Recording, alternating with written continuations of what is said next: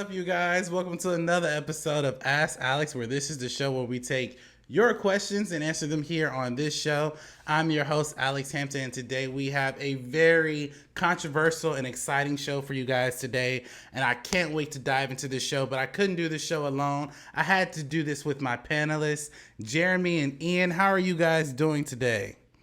I'm good. I'm excited to be here. Happy to have the platform to promote my newest project. I'm working on the film adaptation of The Starry-Eyed Unicorn. So thank you for having me and allowing me the opportunity to do that.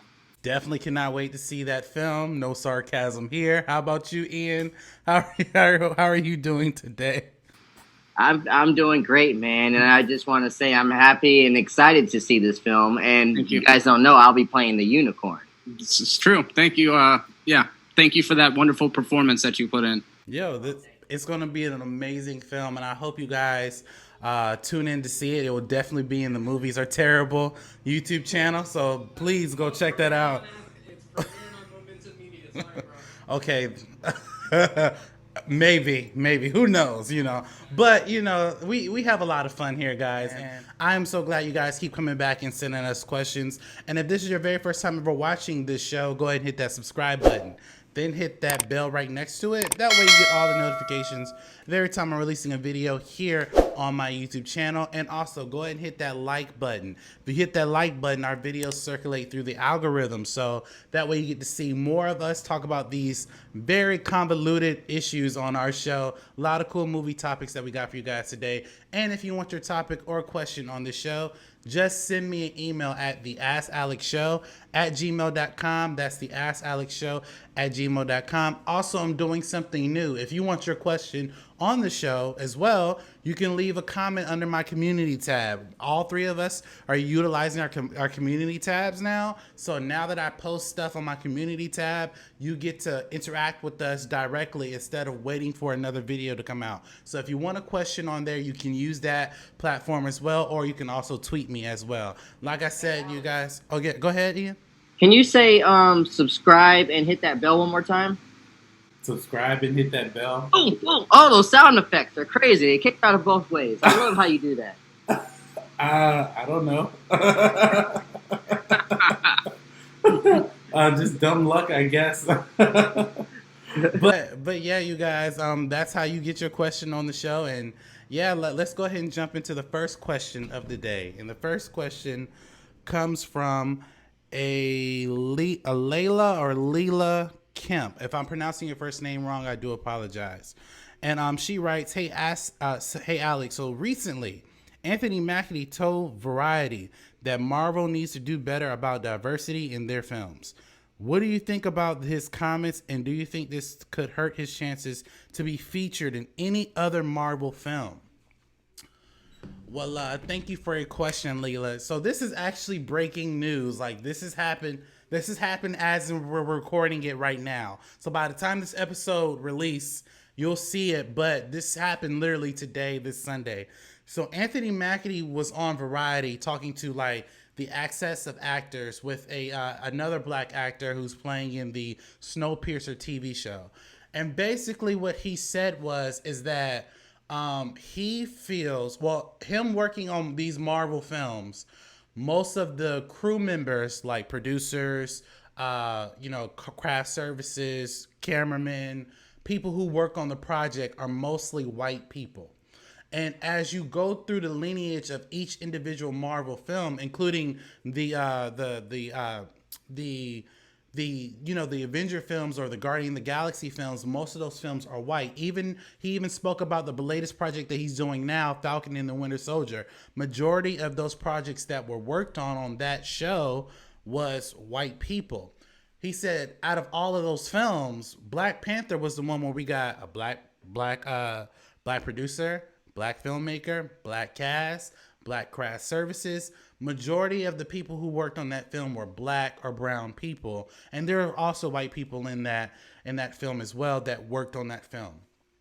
And my take on that is that, listen, I don't want to sound like the very radical person, but I agree with him. Listen, I agree. He also does say that, you have to hire the best person for the job. whether they're black, white, or whatever, which I do agree with. However, though, there is something to be said that out of 23 movies, the biggest movie that you had a lot of inclusion in terms of people who work on the movie was Black Panther. So there's something to be said about that. Also, keep in mind, when you're doing a show called Falcon and the Winter Soldier, the lead of that show is a black man, but majority of the people who are working on that show are not black people. So I do think that, yes, that Marvel should do a better job in terms of diversifying their crew members who work on the film instead of people who are in front of the camera. That's two different things. That's why I said before on the show, I said Black Panther is such a phenomenon because it had a lot of first things attached to it. Black director, black crew, black producers, black cast. Like, literally, it was a phenomenon that shook the world. It kind of saddens me that, and also I want to keep in mind, Anthony Mackie's not saying that there weren't black people working on those films. There were black people working on those films, but in comparison to all the white people that were there, that was only a small margin of that. Chadwick Boseman said when he was promoting the first Black Panther movie on the Breakfast Club, he said that people don't understand that, one of the presidents of the media marketing divisions is a black woman at Marvel. And so there are black people who work at the Marvel juncture. The only thing is that in comparison to white people, there aren't that many black people who work on those projects that don't have anything to do with Black Panther or even something like a Falcon and Winter Soldier that are both led by black characters. So I think his comments are not radical at all. I do think Marvel does need to do a better job. Also, to answer that last part of that question, do I think it will hurt his chances? They just shot Falcon and the Winter Soldier. If they really wanted to hurt Anthony Mackie, they would come out with a press release immediately and say, "Oh, he's no longer going to be in the MCU," or they would do something like, "Okay, he's in the MCU, but we'll put him in a movie once or twice every few years," which I don't think that Disney would do that, because I genuinely believe that the heads of Marvel and Disney agree with Anthony Mackie to a certain point. But Jeremy, you heard this news. What do you think about Anthony Mackie talking about diversifying the crew members of each individual film, whether it's in the MCU or stuff that they're doing on Disney Plus? I think this touches on a couple of important things. I find it interesting that when I read it, the thing that I keyed in on, and I think one of the things that resonated the most with me, is it speaks to what I was saying the last time about obviously the best person getting the job, however, everybody getting opportunities. Right, I also think it speaks to the larger problem that you brought up on the last show of there just being a general lack of diversity in Hollywood. Right. I wonder, and I've asked it before, I've posited, do you think that there's a whole lot of cast members that are getting turned down because they're black? And I've had a little bit of time to reflect since the last conversation we had. And when you've got, videos from the president being retweeted where he's saying white power in the videos, it's like, yeah, racism is very alive and well. People that want to comment that it's not, I don't know how prevalent it is in Hollywood, but I do still think something that Ian mentioned last time is very valid, that the black experience and may speak to a specific audience more than the particular executive that it's being pitched to. Mm-hmm. What I found fascinating about Mackie's statements is that he straight out says that he thinks Black Panther is the most racist movie in the MCU. Yeah, he did say that. Because it's saying that only black people are able to be cast and crew on certain movies. Mm-hmm. And that kind of thing, that kind of thinking I feel like is actually more progressive because, Ian mentioned on his channel when we had a similar discussion a couple days ago that he didn't want to necessarily see a world where black actors have to be relegated to strictly black roles. White actors have to be relegated to strictly white roles. In that everybody didn't have to go in their specific direction. That's why I personally don't like the idea of there being a black movie genre. Right. I think Friday is a comedy. You know, when you talk about 21 Bridges, that's an action movie. Mm-hmm. Yeah, there are black people in it, but once we stop looking at it strictly in terms of that, I think that's where the actual progress comes from. Let them just be movies, you know what I mean? Mm-hmm. Because there already are genres, and there's not a genre that's the white genre, because that would be exclusionary and shitty, right? Right. So I feel like what Anthony Mackie is saying is hire black people to do things on the set of the movie. Mm-hmm. They don't need to be relegated and put into specific boxes like, here you go, here's a movie for you black people. Why can't African Americans and people of color have roles in all movies and not just black movies? Mm-hmm. Because in my mind, black movies is not a thing. Comic book movies, yeah, Black Panther is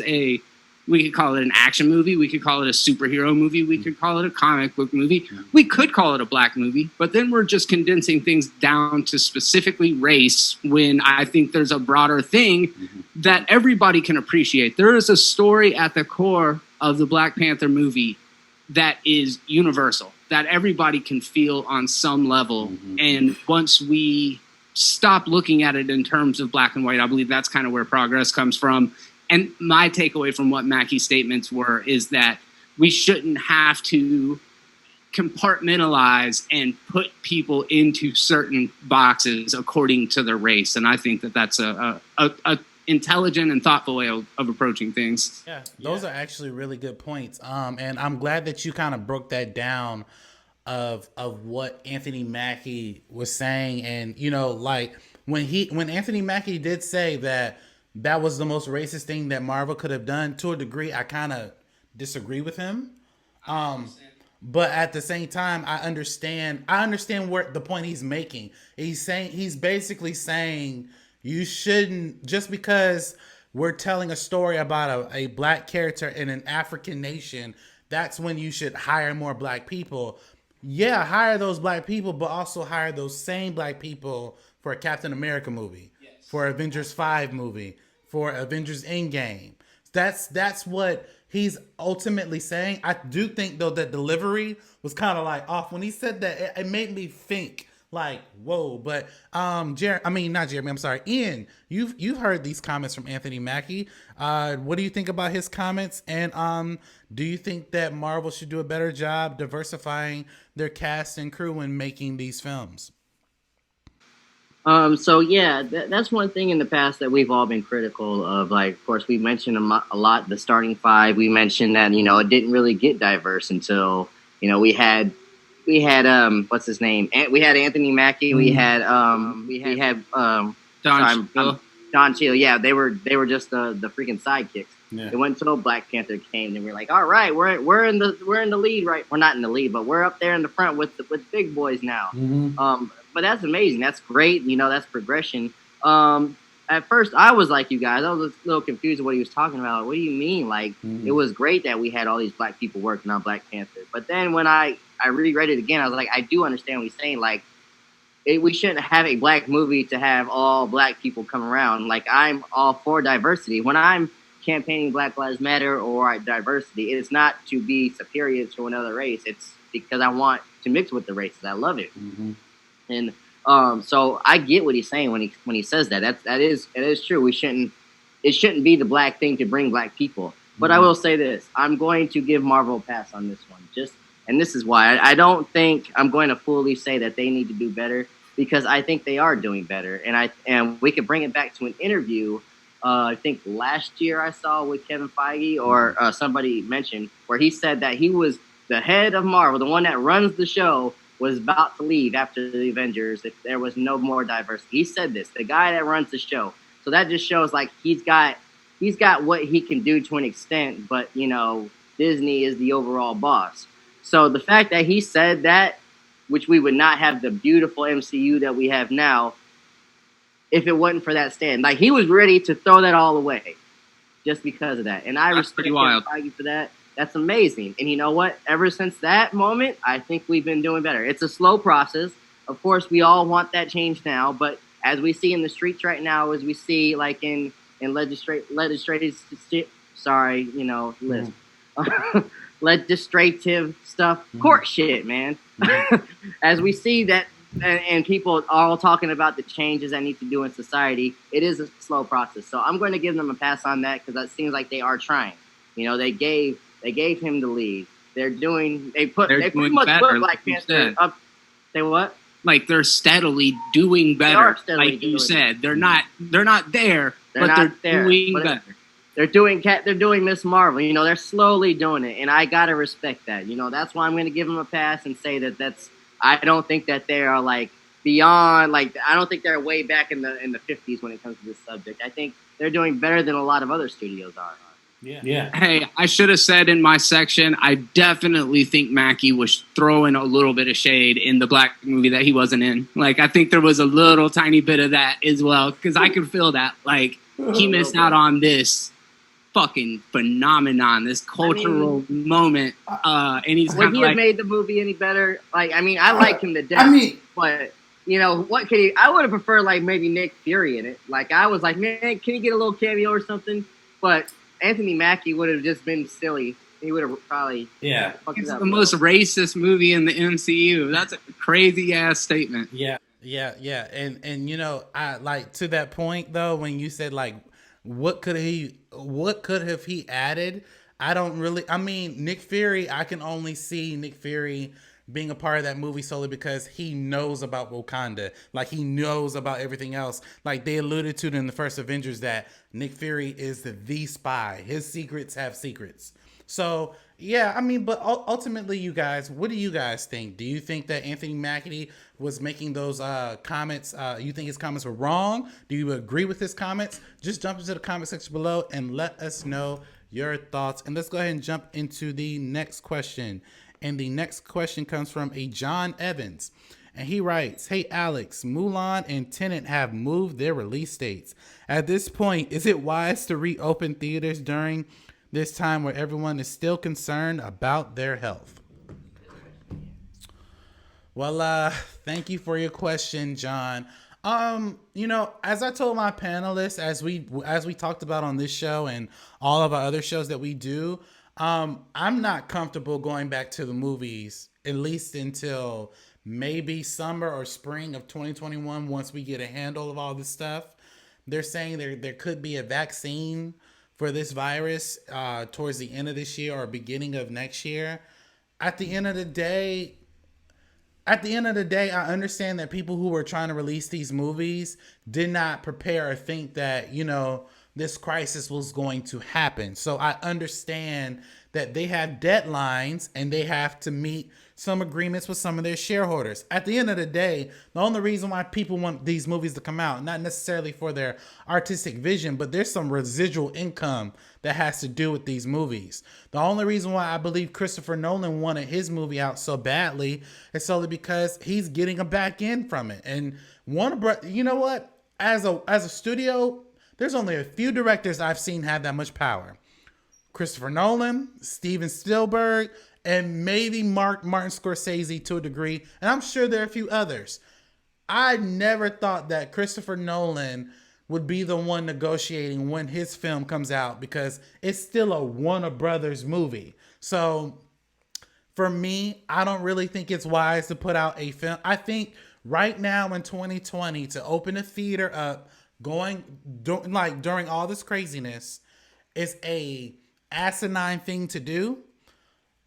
If you want to put yourself at risk, that is your prerogative. I don't try to talk about politics on this show, but to be honest with you, to think that I will say this: Mulan and Tenet are not going to make the money that they were supposed to make if this was not a serious thing. They're not. I don't care how many times they push the date back. Until they push the date back until next year, they maybe could see that residual income that they're hoping for.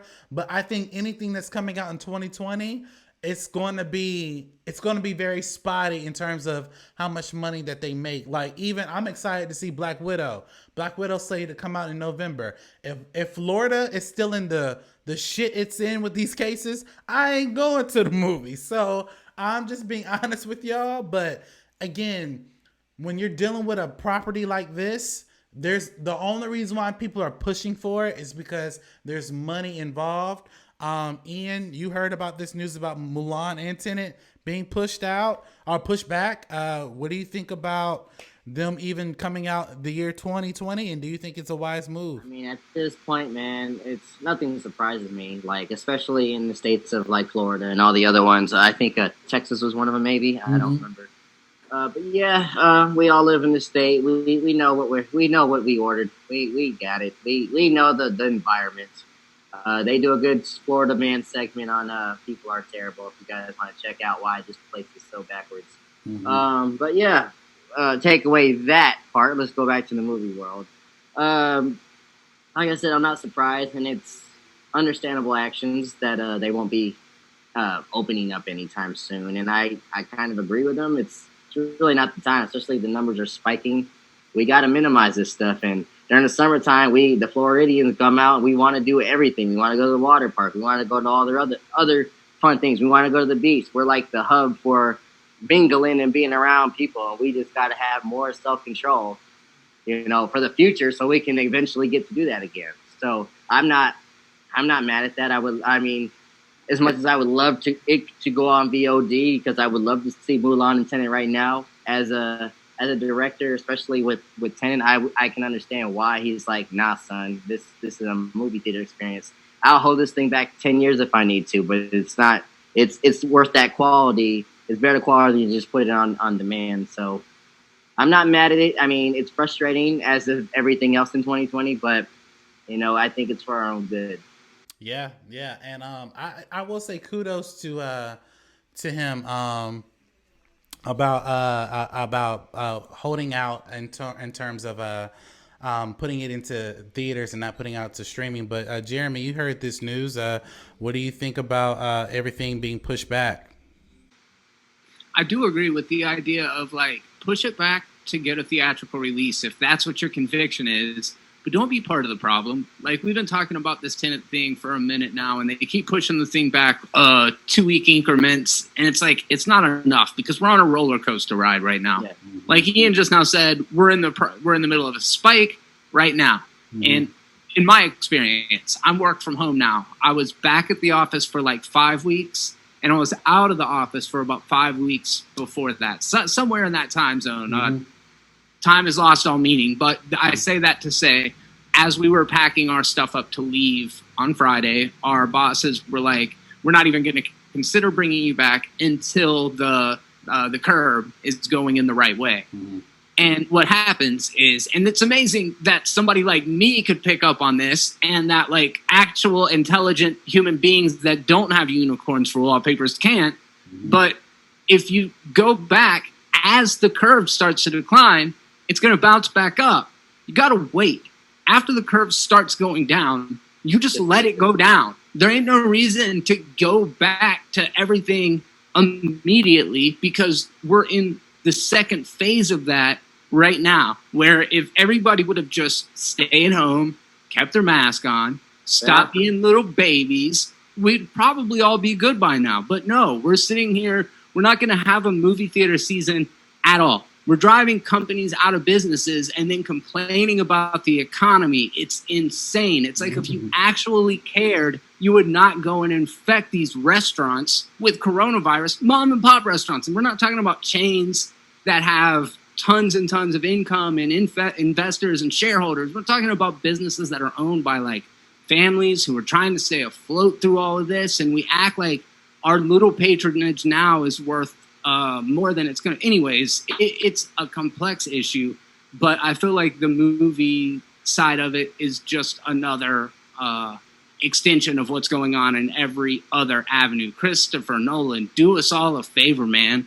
Wait a minute, because if you're so insistent on the movie being seen in the theaters, after what we've seen in the last couple days, my stance has changed a little bit on this. I mean, if you listen back a little bit, I was a little bit more willing to maybe even go to the theater. At this point right now, I have not seen anything to show me that kind of blasé attitude towards the pandemic and towards COVID-19 has done anything except made things exponentially worse. So I won't be going to see Tenet in August in the theaters. Yeah, and personally, like I said, if you guys think it's okay, y'all want to do that, fine. You do that for yourself. But as for me and even my panelists and people who are thinking with common sense, I'm not putting myself or my family in danger just to go see a movie. If anything, well, no, I won't say that online because they might find that. But I was going to say, one way or the other, I was going to see Tenet, but not in the theaters. But what do you guys think? What do you think? What do you think about Tenet moving the release date? What do you think about Mulan moving the release date? Jump into the comment section below and let us know your thoughts. And let's go ahead and jump into the last question of the day, you guys. And the last question comes from a Terry Kane, and he writes, "Hey Alex, so what do you think about The Simpsons will no longer have white actors voice no black characters on the show? Do you think that this is a right move to make for this long lasting show?" Well, thank you for your question, Terry. It's funny because we were talking about this thing on Ian's show a couple days ago, but it was in reference to I believe Family Cleveland show, that the actor in that show who voices Cleveland decided to step away so that way a person of color could voice Cleveland. And my take on that is essentially somewhat the same, that, you want to hire the best person for the role. I do think that since, Disney now owns The Simpsons, I think that it's a good thing that they are now including more African Americans or more people of color to fill those roles for The Simpsons.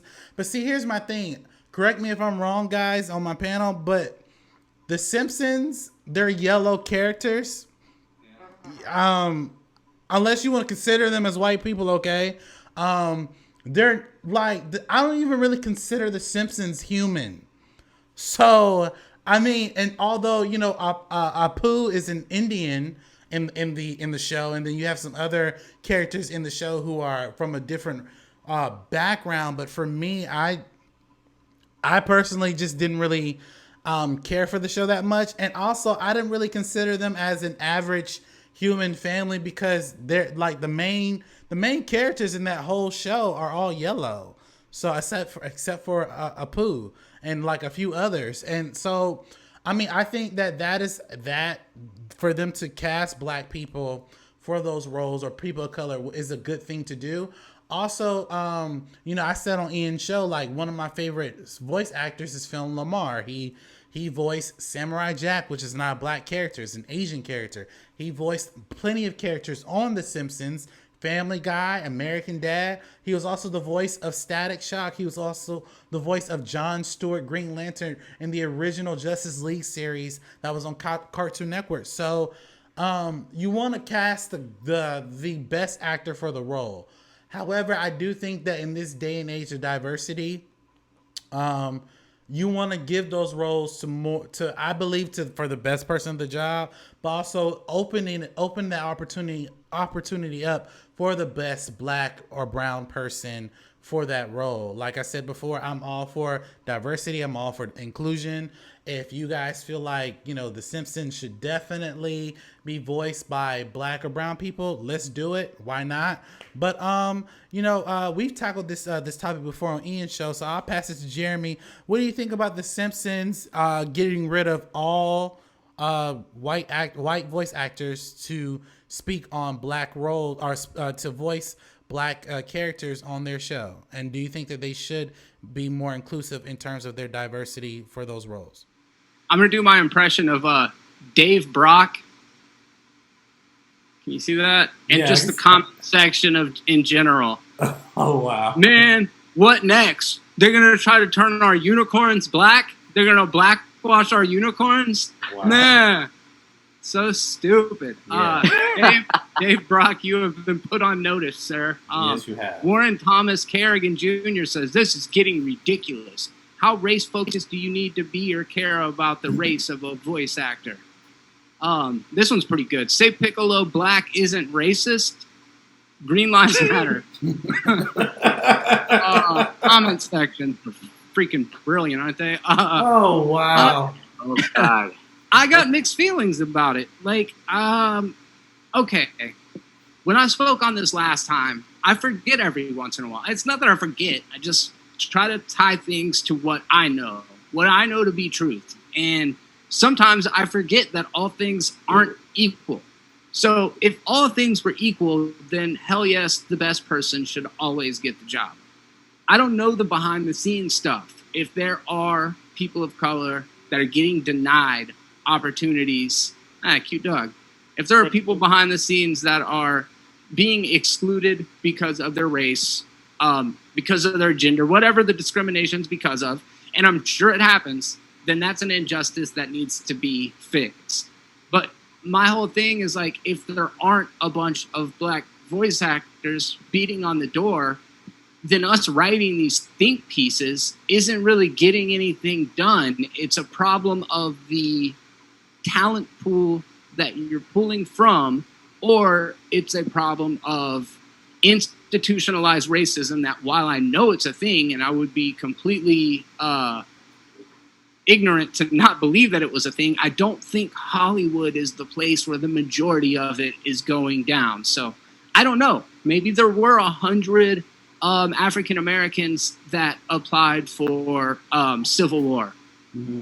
But what's interesting about that is if they were able to find a crew of all people of color for Black Panther, then you know there's at least one of each of those people out there that they could hire on different projects. Mm-hmm. Good point.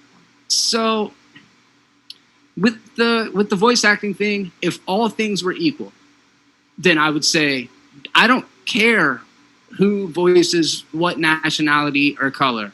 I would say if all things were equal, I would say once you limit an actor to only be able to play the role of the thing that they are they really acting anymore, right? Like, I don't, people aren't like, why don't they hire real giants to play real giants? That's a stupid example. You get what I'm saying? Like, right. Or Lord of the Rings movies. Right. They could have had dwarfs play the hobbits, but they didn't. So is that bad? Or is that just the vision that the filmmaker had? I don't know. It's a very deep philosophical question that could ramp off in all sorts of different directions. But specifically with The Simpsons, I don't care. I haven't watched The Simpsons in 10, 15 years. I mean, like, I liked it in the 80s and early 90s. Actually, it was really good in the early 90s. But it's running on season 500 now. I'm bored with it anyway. So no matter what they do on that show, it's not going to make a difference on my life. I would either be feigning enthusiasm or feigning outrage over the clickbaitness of it, and not the fact that I actually am invested at all. Yeah, and that's kind of where I lie too. I'm not. Again, I only watched The Simpsons when I used to didn't have any cable. Like, that was like the first show you can watch without having cable. And also, when I did get cable, I watched it. It's nothing that I can relate to that I find that really funny, to be honest with you. But Ian, you heard this news. We talked about this on your channel as well. What do you think about Disney just changing the voice actors from white actors to people of color? I will eventually answer this question, but I will not sit here and have you guys disrespect the classic Simpsons. Man. They are the GOAT. You wouldn't have all these great adult cartoons if it wasn't for the Simpsons. Shame on you, especially you, Alex, disrespecting the shit is almost as old as I am, Ian. And what do you say to me every single week? I was going to ask you, how old were you when it premiered? Were you about late 30s when that premiered? Man. All right. Jokes as tired as The Simpsons, dude. Get out of here. I'm getting to that point. God bless The Simpsons. It's one of the best, in my opinion, one of the best cartoons of all time. It spawned and inspired all these great great cartoons that we have now. With that being said, I am for diversity in everything, especially cartoons. I would love to give opportunities to everybody, and it's been monumentally and historic that majority of these voice actors are white. With that being said, with the Simpsons, when they announced that one, I think I cared more about the Family Guy one just because there was a whole show with black people when they did the Cleveland Brown one. With the Simpsons though, The Simpsons is more iconic than Family Guy, and these voice actors have literally been there since day one. And Nancy Cartwright is a middle-aged woman, not a little white boy. So if we do that, if we start saying you can only cast in this specific way, there you go. Most of the talent of the voice cast. So that's a good thought right there. Yeah, so I'm saying like a lot of these people have been doing this since '89. So when it comes to just The Simpsons, it might sound hypocritical. The Simpsons, I really don't care, especially since I do agree that maybe it is time for them to hang it up. Nobody's really watching it. I think their prime days are over. Always going to have respect for them, but nobody's really watching it. So I will agree with that notion as well. So that's why I'm just like, why even make this progressive move now when everybody 99% of people are going to be like, I thought you guys were on the way out anyway. Why even make these changes? So when it comes to The Simpsons, I'm going to be like, dude, just keep doing a poo. Dude, just keep doing the Black Doctor. Dude, just keep being Homer's black friend, whatever it is. So that's my opinion on that. You did mention something that I didn't even think of when we were bringing it back to Black Panther, when you said that they purposely got a whole black crew. They purposely did, bring this black stuff to this certain movie. And we were talking about how, like, why does it all need to be black for this? Well, you did make a good point when you said that. I was like, you know what? I don't know the ratio of black voice actors versus white voice actors versus Hispanic or Asian. But you've proven the point that a studio, if they want it, they will find it. So I am pretty sure there is a black voice actor out there that's waiting on his time to shine. Right, and if they want it, they will get it. They will find it. So that Jeremy, I didn't even think about that until you said that. I was like, you know what? That is a good point. That, and more of this conversation comes to the controversy. We have like a 30-minute conversation about it. Very good. I definitely recommend it. Not just plugging my channel, but I do think all of us had some great gems in there.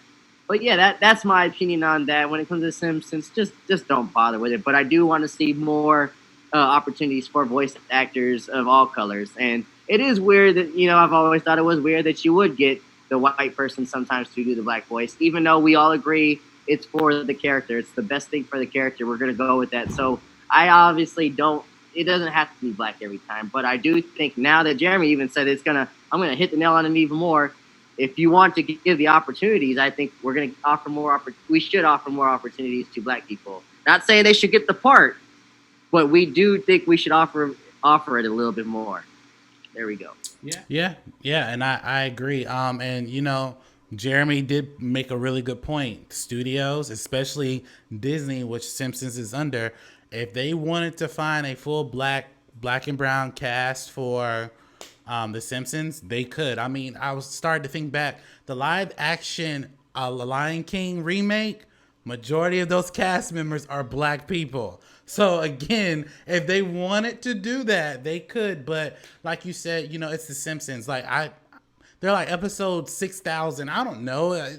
I really don't watch The Simpsons. My kids don't watch The Simpsons. So, I mean, but what do you guys think? Do you think that this is a smart move by Disney to recast these actors into their more prominent roles? And do you think that diversity should be implemented for voice actors all across the board, whether it's The Simpsons or Family Guy or whatever? Jump into the comment section below and let us know your thoughts. And thank you guys so much for watching this video of Ask Alex. Please like, comment, subscribe to my YouTube channel where you get all the updates of every time I release a video here on my YouTube channel. And Jeremy, where can we find you on social media? Before we sign off, and in hopes of being as earnest and well received as possible, I know I might not be the right person to speak on this, but don't let a system that has historically worked against you and tried to keep you out be the gatekeepers of of your destiny. This is to people of color, aspiring filmmakers, and all of that kind of stuff. Yeah. Go create opportunities where they can't tell you no. Find a way to sidestep that institution. With YouTube, with all of these streaming service, with all of these opportunities to bypass the old decrepit white dudes that inevitably control 90% of everything. If you can find another way, if you can find investors or get your project out in front of eyes without having to go through those channels, I strongly encourage it. I think that there is progress and hope and change and all of these great things happening. We see it every day, but there is always going to be the people that have power that are going to do everything they can to not share that power and pass it around and spread it around to people who are very deserving of it. So, like, just on that note, the opportunities, when they present themselves, take advantage of them. Check out Movies Are Terrible on YouTube, and thanks for having me, guys. Anytime, and that was actually dope. That's something that, as a creative myself, I'm aspiring to. So that way, when I do actually get to the point of Hollywood, they won't have to tell me no, because I already have a following and my own stuff. So I definitely agree with that. So Ian, where can we find you on social media? You can find me on social media at I_controversy. I just lost some followers. I'm sorry. Yes, I tried to do what Jeremy does, and he did the Martin Luther King thing. I tried to do the Prince thing. It just didn't work. I_controversy. If you want to talk, please. YouTube channel, youtube.com/thecontroversy. I've got a lot of great stuff I just opened up, and I do a lot of great collaborations with these guys. Give it a shot, man. You might like it, or you might not. You'll never get full unless you try. Yeah, and we make a lot of fun content, you guys, and I want to thank you guys again for continuing to support the channel, supporting our channels, and just continually just doing what you can to be a light in our community, and also just having these different types of conversations. So again, thank you guys so much for watching this episode, and as always, you have a blessed day.